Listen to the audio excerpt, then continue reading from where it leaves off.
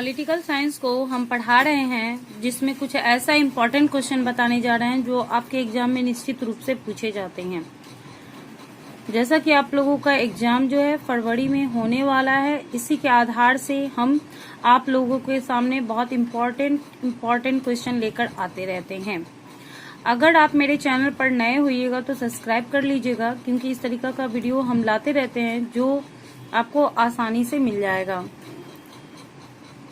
हमारा पहला क्वेश्चन है कि एक दलीय प्रभुत्व व्यवस्था क्या है। एक दलीय प्रभुत्व व्यवस्था का मतलब होता है जब एक ही पार्टी, बहुत सारा छोटा मोटा पार्टी होगा, है ना, लेकिन अगर एक ही पार्टी का प्रभुत्व रहेगा तो वह क्या कहलाएगा, एक दलीय प्रभुत्व व्यवस्था। जैसे हमारे देश में 1885 ईस्वी में कांग्रेस का स्थापना हुआ था और तब से लेके आजादी के बाद तक जो है 1977 तक कांग्रेस का ही पार्टी रहा, है ना, कांग्रेस का ही पार्टी रहा। केवल एक बार जो है मोरारजी देसाई बने हैं। फिर जब 1980 ईस्वी में बीजेपी का स्थापना हुआ है, तो बीजेपी के स्थापना के बाद जो है आपको अटल बिहारी वाजपेयी जी जो हैं पीएम बने थे।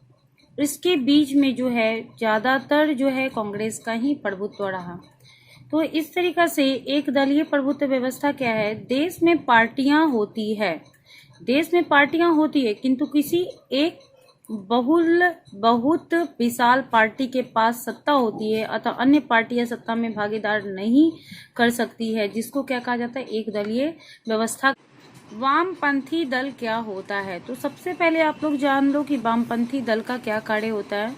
तो वामपंथी दल का जो कार्य होता है वह होता है स्थिति को बदल कर, है ना, वर्तमान स्थिति में जो डिमेरिट होगा, जो प्रॉब्लम होगा, उसको बदलना। ठीक है, तो वह क्या होता है, वामपंथी दल। जैसे पहले था दुर्बल, पिछड़े, शोषित, दलित वर्गों के साथ अच्छा नहीं किया जाता था, तो इन पार्टियों ने उसकी जो स्थिति, तो इन लोगों ने क्या किया, मतलब इन पार्टियों ने भारतीय कम्युनिस्ट पार्टी, समाजवादी पार्टी आदि वामपंथी दल कहलाए। क्यों कहलाए भाई, क्योंकि इन लोगों ने ऐसा दल वर्तमान स्थिति को बदलकर नई स्थिति लाना चाहता था, ताकि समाज के दुर्बल, पिछड़े, शोषित, दलित व विपन्न वर्ग का कल्याण हो सके। ठीक है, इस लाइन को आप लोग 100% याद कर लीजिएगा, तो वो आसानी से लिख सकते हो कि वामपंथी दल वह होता है जो समाज के दुर्बल, पिछड़े, शोषित और दलित विपन्न वर्गों के लिए कल्याण के लिए कार्य करता है।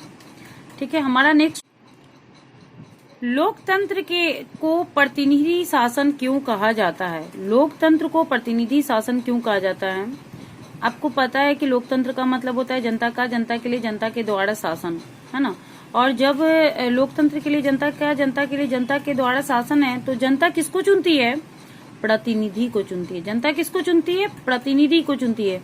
और प्रतिनिधि किसके लिए कार्य करती है, तो जनता के लिए कार्य करती है। किसके लिए कार्य करती है, जनता के लिए।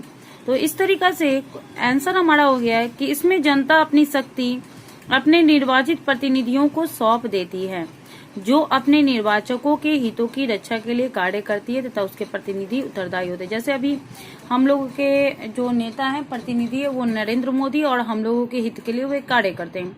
इस तरीके से आपको समझ में आ गया कि लोकतंत्र को प्रतिनिधि शासन क्यों कहा जाता है, क्योंकि जनता जो है अपने प्रतिनिधि को चुनती है और प्रतिनिधि उसके हितों के लिए कार्य करती है। ठीक है, हमारा जो नेक्स्ट क्वेश्चन है वो है कामराज योजना का क्या उद्देश्य है।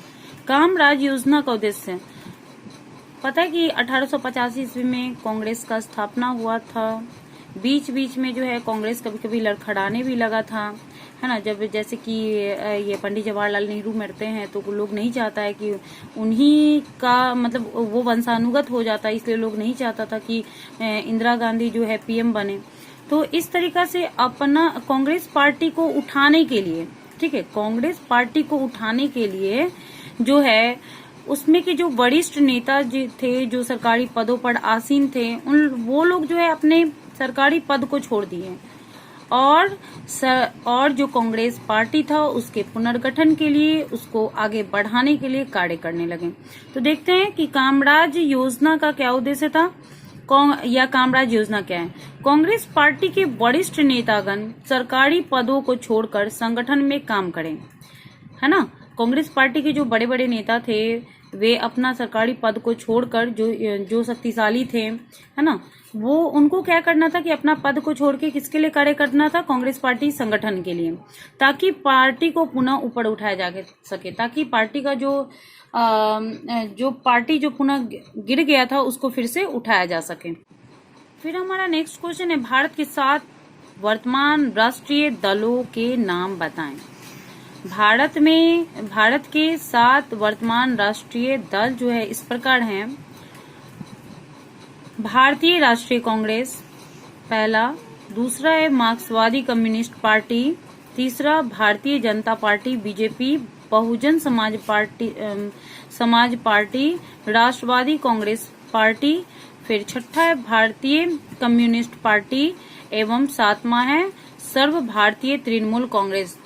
और 7वां कौन सा है, सर्व भारतीय तृणमूल कांग्रेस। फिर क्वेश्चन है,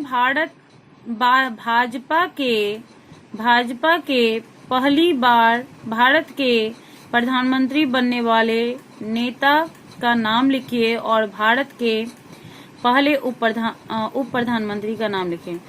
तो भाजपा जब बना था, भाजपा जो है कांग्रेस पार्टी 1980 में बना, एक बार तो उसको करारा हार हुआ।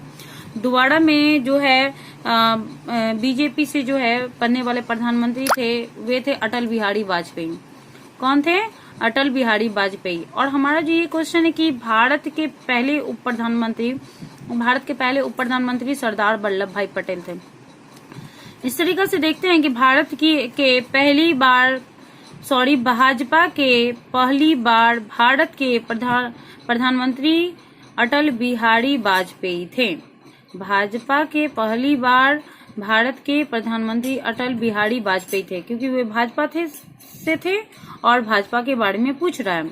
और फिर भारत के पहले उप प्रधानमंत्री कौन थे, सरदार वल्लभ भाई पटेल थे। थैंक यू मेरे वीडियो को देखने के लिए।